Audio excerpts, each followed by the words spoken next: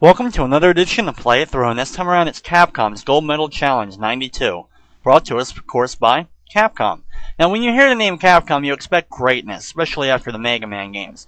But, since this is an Olympic-style game, and most of them are just mediocre, you can't really expect too much, I guess.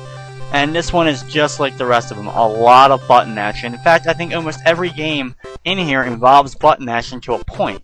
Now, they did change it up, because especially in the swimming events, which we'll get to in a little bit, you'll actually get to see that you actually have to get down timing when you're pressing the buttons. But you start off by button mashing, so they still include button mashing no matter what you're doing in this game. Now, of course, I'm going to be playing one player, and I'm going to go ahead and play as the United States. I'm just going to show you all the many countries you can choose from.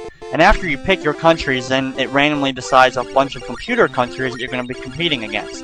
The first country it selected, Hungary, is the one that you're going to be seeing all the time throughout this run. Every time there's two people on screen, it'll be the United States represented by me, and then it'll be the computer representing Hungary on each and every one of them. Now, I'm just going to show you, after the first event, the entire medal ceremony. So we're only going to see that one time, and then from then on, I'm just going to try to get past it as fast as possible. This is easily the longest Olympic game to play through, just playing each event once. Now, for Snoopy, I was able to play every event 3 times within a span of less than 15 minutes. Now, for this game, I'll be happy if I can get this game under an hour. That's how long it takes to actually get through each and every one of the events. Now, here we go, USA versus Hungary, and it's a button mashing running game. Are you shocked that it would be button mashing? Anyway, you get to your starting post, and you can start button mashing right away, but then you hit any of the D-pad, actually. I usually just hit right on the D-pad. When the gun goes off, of course, if you hit it too early, you foul, and, you know, you have another chance to do it, and you foul again, you get disqualified. But there we go, 9.67 seconds, which is all button mashing, but I use the turbo button. Like I said before when I do my videos for the Olympic-style games, I was going to be using the turbo button specifically just because I really don't know if I can even beat them without using the turbo button, especially on a keyboard. It just doesn't work well. Now here we go with the actual award ceremony, when you get to see your person get their award or their medal, as well as the other competitors get their medals, the gold, silver, and bronze, even though the silver looks a little pink for some reason, at least on my screen. And the bronze medal, well, it looks like a chocolate ball of some sort. After you break a world record, which I obviously was able to do just because of the turbo button, but you have a whole long spiel about how you broke the world record, and every single time you break a world record in the game, you have to enter your name. Oh yes, you have to enter your name. Now, it'd be great if you could enter your name once, because I'm going to enter it just one time. It'd be awesome if you wrote it in the one time, and then every time you broke a world record after that during the gameplay, that it would store your name, so you wouldn't have to keep writing it out each and every time. So I'm just going to put it in this time, and now from then on, I'm just going to go ahead and skip all of them. I'm just going to go nothing but blanks in order to fill it out. Just get by it as quickly as possible. Like I said, if you want to and see every little cutscene and watch every medal ceremony all the way through each time, this game racks up well over an hour worth of gameplay, which is pretty good for an Olympic game, considering we went from, track and field caveman game Snoopy that were less than 20 minutes to play each game once. Now, most of those games you were supposed to play them multiple times in order to get the best ending and actually get to the official ending. But and then track and field 2 goes on for just as long as this game, but you get to see every event once within about a half hour or so. Now this game, like I said, you get to play a good hour or so, a little bit less than an hour usually, just to see each event once. Especially if you're watching every medal ceremony. I'm going to skip them all, so I'm going to try to make this as quick as possible. Now here's my second attempt here at the long jump. I'm going to go ahead and do the long jump 3 times. And yeah, because of turbo button, I'm able to get humongous speed, and it just comes down to me timing my angle to see how far I end up going. And as you saw, I landed outside of the measuring area. Somehow I easily was able to measure where I went, but still, I landed outside of it. Now, for this final attempt, I'm only going to do it this time. I'm just going to see how fast I can actually mash the button here.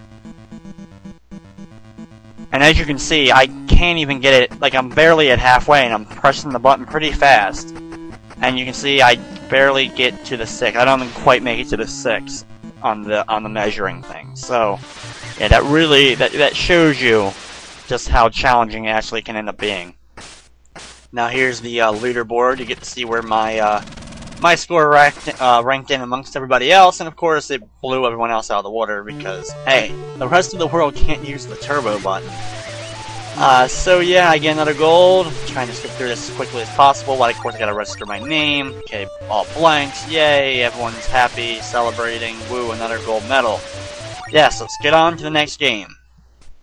And the next one is the first of the water events. You kind of get used to these, and actually there's 4 different water events, different types of swimming, and then you have, of course, one final medley of all the swimming techniques in one. So it's beneficial to get good at all of them, and unfortunately, I'm not as good with some of them as I am with others. Now, I should be pretty good with this one. Now, you launch off by holding in, you mashed up the turbo button or mash the button in or whatever, and then you take off. Now, the thing is, once you're underwater, you want to stay under only for a few seconds. If you keep mashing the button, your speed goes immediately down.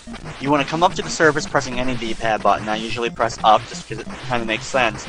And once you're on the surface, then it comes down to timing. You want to press the button just at the right moment when your the other hand, the far hand, which would officially be, the right hand on her, but you want to hit it when that right one's going right back down in the water, and now it's going to be on the left side here.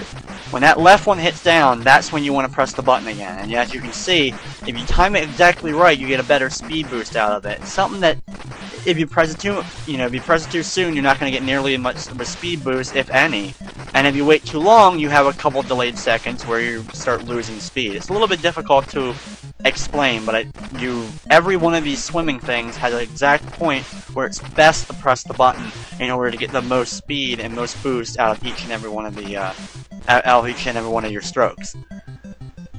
Now, on that one, I finished way ahead of my opponent. And the thing about the swimming events, you can't necessarily always go by your opponent, even in any of the events, because the opponent may end up finishing 8th. Look, for this one, my opponent came in 3rd and is going to end up getting the bronze. I didn't even finish in 1st. I ended up getting just silver, as the first place goal was 1 minute and 3 seconds, which I was a full second off of it. Now, after a couple of events, you have the special program event here, which is the marathon, that goes on throughout the entire time you're playing the game. And it's really nothing what you do is you set how fast you want your runner to go between point A and then point B. And then after the next set of events, you'll start off at point B and how fast do you want to go between point B and point C. And you have a stamina bar. Now, I usually like to start off quickly, like I said, I put it like 21. I should be able to get a nice healthy lead on everybody, and as we're going, you'll get to see how much of a lead you really have, plus what your stamina is, so you kind of, on some of the pieces of it, you don't want to go maybe as fast as you have been going, just to save some of that stamina. And it really just comes down to mainly like the final 2 lengths of it, because you can just go ahead on that final one, of course, and you're just gonna, if you just have even a tiny slither of stamina left, just put the speed all the way up, and you get a big, big boost. It's something nice and kind of actually a little bit cool and unique about this game, having that special event in there going on during the whole thing. The problem with it is, and you really didn't see it there, but you're gonna see it on the second time, is they show you each and every runner and where they are currently in the race. And it gets extremely annoying, and you see it'll be like USA, my guy, in 1st, and it'll be like Hungary in 2nd. Boom, they keep doing each individual one. They have an individual text blob for each individual person, and it takes forever. So we'll actually get to see that, and that's another one of those things that actually makes the game longer. Now, in this race, what you're seeing different from all the other races is I had a heart meter. And it really didn't come into play on this run, but it's going to come into play in another run later on, so I'll get to explain it even better, as I'm just kind of running through the events pretty quickly, I know.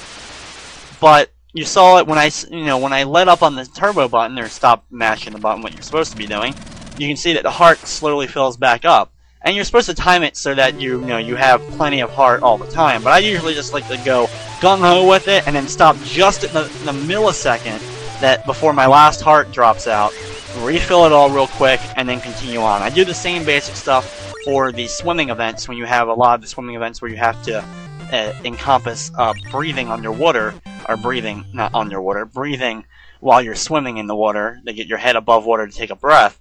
It comes down to timing on that. Now next is the shot put, which is of course a turbo mashing button, whatever. When you get the power the way you want it, you press the D-pad once, and then you need to press the D-pad again before you end up making that second step, just so you can end up launching it. If you